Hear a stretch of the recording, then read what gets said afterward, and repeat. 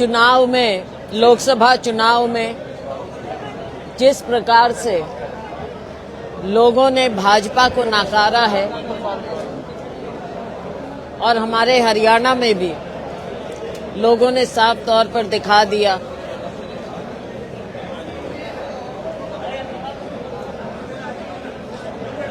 सब लोगों ने, छत्तीस बिरादरी ने, कि वो भविष्य की ओर कैसे देख रहे हैं।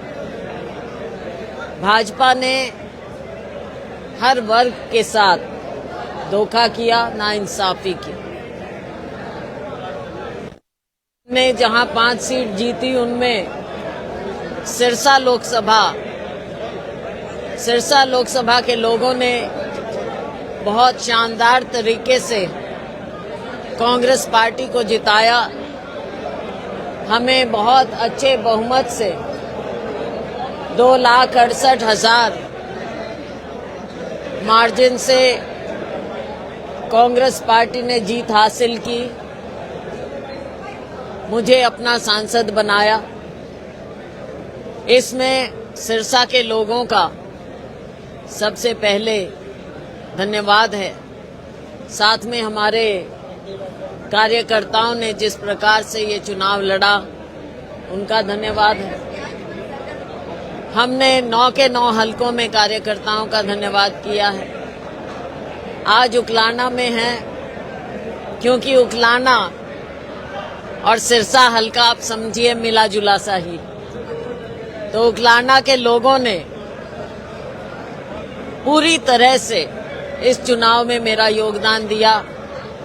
यहां से तो कांग्रेस को जिताया ही, लेकिन मेरे लिए भी व्यक्तिगत रूप से सबने अपना चुनाव समझते हुए जहां जिसकी जो हो सके, चाहे नरवाना हो, चाहे टोहाना हो, फतेहाबाद, रतिया, ज्यादा इधर ही हैं, यहां पर पूरी मेहनत की।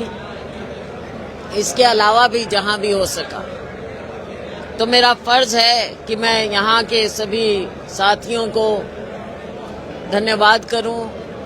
और उसी श्रृंखला में आज हम यहाँ पर आए हैं सबसे मिलने के लिए।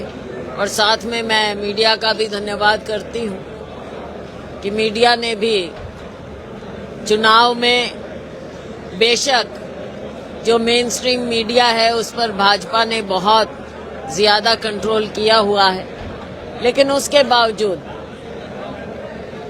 बावजूद मीडिया ने निष्पक्ष होकर चुनाव में जो दिखाने का प्रयास किया, खास तौर से जो हमारा रीजनल और लोकल मीडिया, तो उसके लिए मैं धन्यवाद करती हूँ।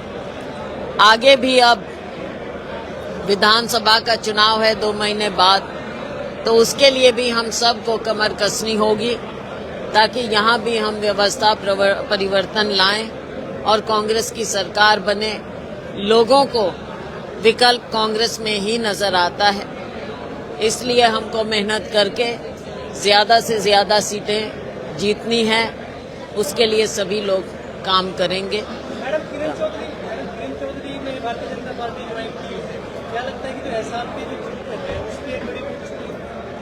देखो, बात यह है, एसआर के नाम भी आप लोगों ने, मीडिया के लोगों ने दिया था, लेकिन किरण जी जो गई हैं वो और उनकी बेटी, मैं समझती हूँ कि पार्टी का नुकसान हुआ है उससे। सिर्फ ये कह देना कि चले गए, जो भी हो गया, वो तो कहने की बातें हैं, लेकिन एक परिवार की लेगेसी रही है दशकों से। और किरण जी खुद भी देखो, जब इनका परिवार भी दूसरी पार्टी में था, लेकिन ये कांग्रेस में रही थी उस समय में भी, तो उनके जाना तो नुकसानदायक है ही, ठीक नहीं हुआ, लेकिन उनके साथ भी इंसाफ नहीं हुआ। तो आप ये समझो, अब तो चलो चले गए हैं, अब उनके बारे में मैं आगे तो क्या बोलूं। लेकिन स्टार प्रचारक क्या होता है, स्टार प्रचारक तक में उनका नाम नहीं दिया, उनकी बेटी का। तो कहीं ना कहीं ये तो दिख ही रहा है ना कि पार्टी में कुछ इस तरह से काम जो हो रहा था वो ठीक नहीं हो रहा था। पार्टी के नेताओं पर अनदेखी के आरोप कैसे? एक और जोड़ना चाह रहा था मैं। हाँ, उन्होंने बिना नाम लिए तो कहा कि एक ही व्यक्ति विशेष का कब्जा पार्टी पे है। देखो, आप लोगों ने भी कहा कि उनकी सुननी चाहिए थी। हाँ। तो क्या हम लोग ये माने कि आलाकमान तक ये बातें पहुंच नहीं पाती हैं, या फिर व्यक्ति विशेष जिसका जिक्र है वो ज्यादा थोड़ा सा उसको मजबूती से बैठा है? देखो, वो अपनी बात का जवाब तो वो ही दे पाएंगे जब भी आप पूछें। लेकिन ये मैंने खुद कहा है ये पहले, उनकी बात से कृपया ना जोड़ें, क्योंकि वो अपनी बात वो खुद रखें। लेकिन मैंने तो खुद कहा है कि स्थिति हरियाणा में बहुत अच्छी थी, शायद लोगों ने उसको सही ढंग से पढ़ा नहीं, और हाईकमांड को या तो नीचे की समझ नहीं है, हमारे इंचार्ज को नीचे की समझ नहीं होगी, या उन्होंने सबसे ढंग से बातचीत या फीडबैक नहीं लिया होगा। वरना 5 की बजाय हम 8-10 सीटों की ओर जा सकते थे। और साफ नजर आ रहा है कि भाई किस तरह से एक तरफा मामला। तो देखो, राजनीति में हम भी और जगह के काम भी देखते हैं, अपनी पार्टी में भी हमने किया है काम, सारी उम्र होगी हमारे को भी पार्टी का काम करते हुए। तो बैलेंस करके चलना बहुत जरूरी होता है राजनीति में। एक तरफा बात होती है तो आप ये समझो कि पार्टी में तो सभी है ना, तो आप किसी एक वर्ग को क्यों पीछे छोड़ते हैं? दूसरी पार्टियों से ला के पार्टी ज्वाइन करवाते हो आप, उनमें गिनतियां करते हैं, भाई इतनों को ज्वाइन करवा लिया, ये कर लिया, वो कर लिया। जो घर में है उनको तो संभाल लो, उनके साथ तो इंसाफ करो। अब सीटों का बंटवारा जो भी एक अलग बात है, मैंने उसके बारे में कई बात कह दी हैं, पर ये बातें हैं कुछ जिनको आगे के लिए विधानसभा के लिए देखना होगा और इन चीजों को समझना होगा। मैडम, क्या मानते हैं कि जो भूपेंद्र सिंह हुड्डा है उनका टिकट वितरण में पूरा एक दबदबा रहा था, या बिल्कुल समान रूप से हो चुकी है टिकट वितरण? देखो, इसमें समान या क्या, क्योंकि 10 सीट होती हैं, 10 सीट में अब हरियाणा को इतना ज्यादा बड़ा राज्य तो है नहीं, इसमें क्या तो आपने बंटवारा करना है, क्या नहीं करना। सही ढंग से भी आप टिकट वितरण कर देते तो ठीक रहता। अब क्या बातें कैसे हुई, अब आप मेरे को ये देखो कि राज बब्बर को कौन लाया है, ब्रह्मचारी जी को कौन लाया? ब्रह्मचारी जी, आप क्या हरियाणा में हमारे पास कैंडिडेट नहीं थे? और अगर हम इतने दिन से अपना मानते हैं तो हम कैंडिडेट तैयार नहीं कर पाए, क्या कारण था? ये भी तो कमजोरी दिखा रहे हैं, कहीं ना कहीं कमजोरी दिखाई है। सीएम के सामने, एक्स सीएम के सामने कैसे कैंडिडेट, कब तक फैसला नहीं। तो भाई जब बैलेंस एक तरफ इतना ज्यादा था तो उन्हीं की चली होगी, उन्हीं की सिफारिशें ज्यादा चली होंगी। हम तो अपने चुनाव में बिजी हो गए। देखो, अब उन्होंने क्या कहा है क्या नहीं कहा, मैं किसी की टिप्पणी पर टिप्पणी नहीं करूंगी। मैं तो अपनी बात रखूंगी और मुझे कोई सीख ना दे। जो हाईकमांड या जो पार्टी फोरम है, हमको सारा पता है कहाँ पे क्या हमने क्या कहा है क्या नहीं कहा। सारी बातें मीडिया के सामने हम नहीं रखते, कहाँ कहना है हमको सब पता है। वो भी सारी बातें मीडिया के सामने, मैं तो मोटी मोटी बात रख रही हूँ, सारी बातें मीडिया के सामने नहीं कर रहे। तो सिर्फ हम तो बता रहे हैं जो सबको दिख रही है बात, जो आप लोगों ने भी विश्लेषण किया है। कुछ बातें हैं, लेकिन मैं फिर भी कहती हूँ कि इन सब चीज़ों को देखना चाहिए कि आगे के लिए कैसे ठीक करें। भाजपा की जिलाध्यक्ष आशा केंद्र ने कहा कि पुराना हल्के में वोकस वोटिंग काफी हुई है, कांग्रेस की तरफ से करवाएगी, आप क्या मानते हैं? मेरे को तो देखो, मैं तो अपने चुनाव में बिजी, मेरे को नहीं पता यहाँ पे कौन सी क्या।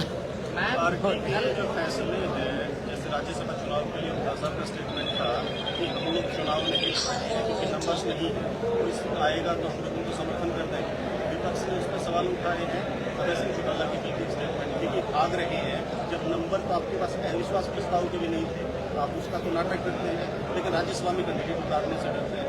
क्या ये इस तरीके की फैसले? देखो, ये तो आपस में पार्टियों में चलता रहता है। ये फैसला अब आगे होगा, जो भी होगा, जैसे भी होगा, इसमें देख लेंगे जो भी हो।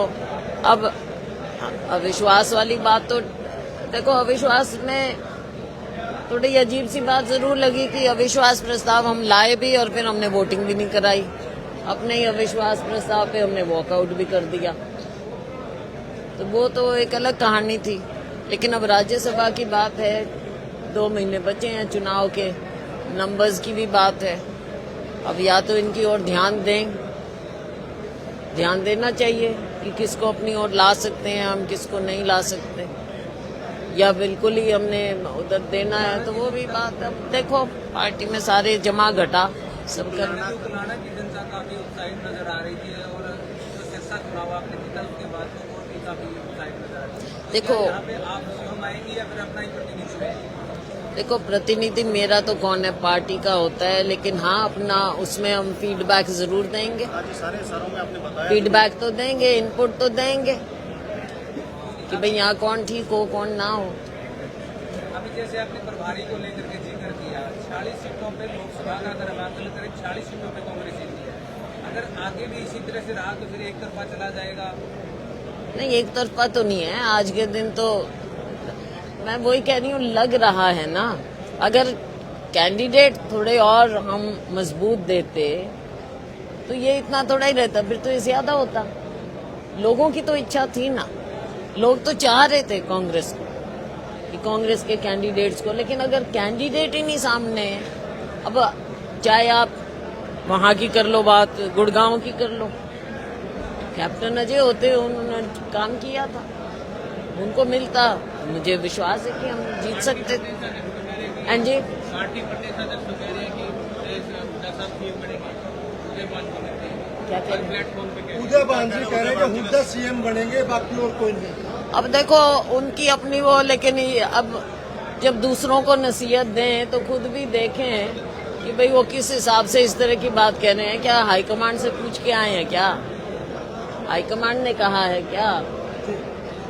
बता दें, सबको बता दें। और दूसरी बात, कल सांसद महोदय ने कहा था कि लड़कियों को विरासत दे देनी है कुछ ऐसी, उस पर क्या करें? हाँ, थोड़ी समझ में नहीं आई, या तो उनको नहीं समझ आई कि हमारा इंदिरा जी का क्या रहा, सोनिया जी का क्या रहा।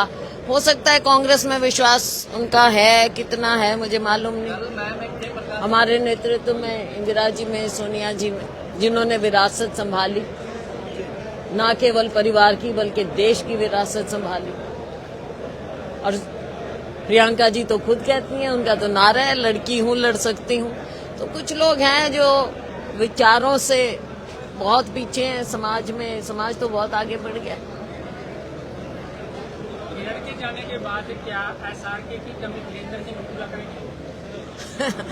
देखो, बात ये नहीं है, बात ना एसआरके ना, और वो भी मैंने कहा कि थोड़ी हंसी की बात होती थी। मीडिया वालों ने भी एक ऐसा बनाया था कि भाई नाम ऐसा जोड़ दिया। कोई बात नहीं, देखो हम अपने, मैं या और जो भी अपने असूलों के लिए खड़े हैं और असूलों के लिए लड़ते रहेंगे। और ये मैं जरूर कहती हूँ और पूरे धड़ल्ले से, निष्ठा से कहती हूँ, भाई कांग्रेस की हूँ और पक्की हूँ। और कोई मेरी आंखों में आंखें डाल के कह दे मेरी पार्टी के या मेरी निष्ठा के बारे में, हमने ना तो कभी अलग प्लेटफॉर्म बनाया, ना हमने कभी पब्लिकली कुछ और बातें की, भाई पार्टी कहाँ है और हम कुछ और पार्टी का सोचें या किसी और पार्टी में, ना हमारे ऊपर कभी ये इस तरह की बात, अगर भाई कमजोरी क्या, पार्टी में धड़ल्ले से हैं, धड़ल्ले से रहेंगे। निष्ठा पे कोई उंगली नहीं उठा सकता, तभी सर उठा के चलते हैं, तभी ऐसे बोल सकती हूँ मैं, पर वो आले की मिट्टी की हूँ भाई। हाँ, लगातार पेपर लीक हो रहे हैं, एक लगातार पेपर लीक। बिल्कुल बिल्कुल पूछो। देखो, पेपर लीक की बात, देश के हमारे लाखों बच्चों के भविष्य को कैसे अंधकार में डाला गया, सरकार को जिम्मेवारी लेनी पड़ेगी इसकी। और क्या रातों रात क्या लेके आए हैं कानून, रातों रात, क्योंकि इतनी रिएक्शन हुई है देश में, सुप्रीम कोर्ट तक इसमें आया, इतनी बड़ी बातें हुई, तो इनको एकदम ये रिएक्शन जो ये करते हैं ना, बजाय इसके कि अपनी कमजोरियां देखें, क्यों इनके राज में इतने पेपर लीक हुए, चाहे अपने हरियाणा में देख लो, चाहे केंद्रीय लेवल पे देख लो, चाहे इन और राज्यों में देख लो जहां भाजपा काबिज थी। सत्ता में इतने पेपर लीक हुए और हमारे बच्चों के भविष्यों के साथ खिलवाड़ हुआ, तो भाजपा को इसका जवाब देना पड़ेगा। युवा पीढ़ी के भविष्य को आप अंधकार में डालते हैं। कुछ ही समय के बाद विधानसभा चुनाव है, क्या उसकी भी टिकट की तरह लोकसभा चुनाव की तरह होने वाली है? शैलजा का उसकी कुछ हाल रहेगा? देखो, बात शैलजा की नहीं है। हम तो फीडबैक देंगे, इनपुट देंगे, हमको जो ठीक लगेगा वो हम कहेंगे। अपनी बात हम रखेंगे, बिल्कुल रखेंगे। मैं व्यक्तिगत रूप में किसी में नहीं जाऊंगी, वो तो लोग देखते हैं कौन क्या कैसे। वहाँ जाने के बाद व्हाट्सएप यूनिवर्सिटी में लगातार इस तरीके के मैसेज होते हैं। कभी रणदीप जी के लिए होगा कि वो बड़े नेताओं से बीजेपी के संपर्क में है, कभी आपके लिए आता है कि किसी बड़े नेताओं के साथ आपकी मुलाकात हुई है। मेरे को हाँ, बिल्कुल बहुत अच्छा आपने। मैं थी सिरसा में। अब ये कोई ना कोई तो फेक न्यूज चलाता है। देखो, फेक न्यूज यूनिवर्सिटी जो ये है, शैलजा के ऊपर कोई उंगली नहीं उठा सकता। और मेरे को तो हंसी आ रही थी। मैं क्या, देखो, देश के होम मिनिस्टर, हम पद की इज्जत करते हैं, हर एक की नाम नहीं होता, पद होता है। और देश के होम मिनिस्टर के पास इतना टाइम था, स्पेशल प्लेन लेके शायद सिरसा आए होंगे और मेरे से आधा घंटा बात की होगी। फालतू की बातें हैं अपनी कमजोरियां छिपाने के लिए। दूसरों पे क्या, हमारे ऊपर क्या उंगली उठाएंगे। और मैं फिर कह रही हूँ, अहंकार से नहीं कहती मैं भाई, अपनी निष्ठा से कहती हूँ। मेरी निष्ठा पे, मेरे पिताजी की निष्ठा पे आज तक कोई उंगली नहीं उठा पाया है, ना उठाने देंगे। माना कि जो लोग हैं, खास करके आपसे चाहने वाले, वो एक चीज स्पष्ट आपसे सुनना चाहते हैं, हालांकि आप आधिकारिक रूप से कभी नहीं बोलते। हमारी शैलजा को अगर मौका मिलता है तो बुलाने से चुनाव लड़ेंगे कि नहीं? पार्टी डिसाइड करेगी। ये कहना होता है पार्टी को। हाँ, पार्टी डिसाइड करेगी। बाकी अपना घर है भाई, शैलजा क्या चाहते हैं? कभी भी कुछ भी हो सकता है।